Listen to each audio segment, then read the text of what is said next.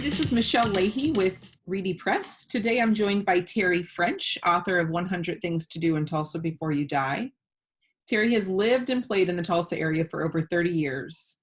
She started exploring every street, avenue, district, and block in the city at a young age.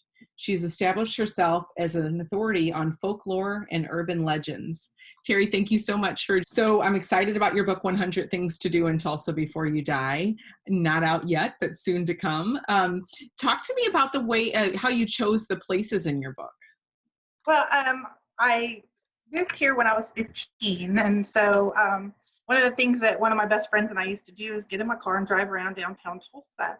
Back then, it was desolate. It was almost like a ghost town. There was no arts district as we know it today, and no Pearl District and things that we have going on as we do today. So back then, it was a little different, but we loved the big buildings and and the old buildings and the history and all of that. So that's kind of, I guess, all my exploring at a very young age. When I got my car at 16, I was all over the city.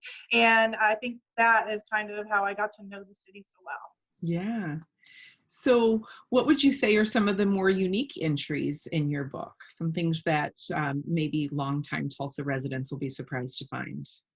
Well, there's the center of the universe downtown, which some people don't know about, and some claim it's the actual latitude and longitude of the center of the universe. I'll let somebody else do the math on that, but it's kind of a unique sound anomaly that some people know about and some people don't. There's also a couple of really neat rooftops downtown Tulsa where you could actually get some really good food and have an amazing view that I think a lot of people don't know. But I took my son down to one and he had no clue, and it's like his favorite place now. The concert series around town, we have summer concert series that I think a lot of people don't know about that are free. So it's a great way to, chill out on a summer afternoon or evening and hear some good music. Local artists. And the Day of the Dead Festival is another one I don't think people know a lot about.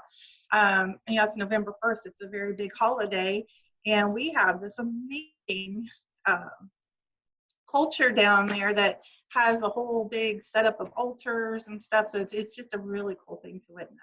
Yeah, it sounds like your book would be great for a seasoned or somebody who's lived in Tulsa their entire life, all the way up to somebody coming in for the weekend, right?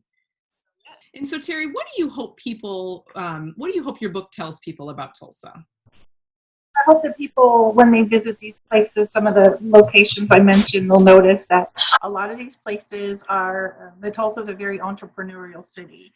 So a lot of these places are locally owned and operated by Tulsans that had a dream and made it come true. Also that Tulsa is a music city. It's been compared to the likes of Memphis and and other places that have big music scenes. So I really do hope that people will check out the music scene here in Tulsa and all the little mom and pop places that make Tulsa what it is. Very cool. Well, I, for one, am super excited to come to Tulsa and start doing some of the 100 things that you've suggested. Where can people go to pick up a copy of your book when it's released? Once it's released, you'll be able to get it locally at Ida Reds and Magic City Books. I know there's going to be a few other places here locally that are going to carry it.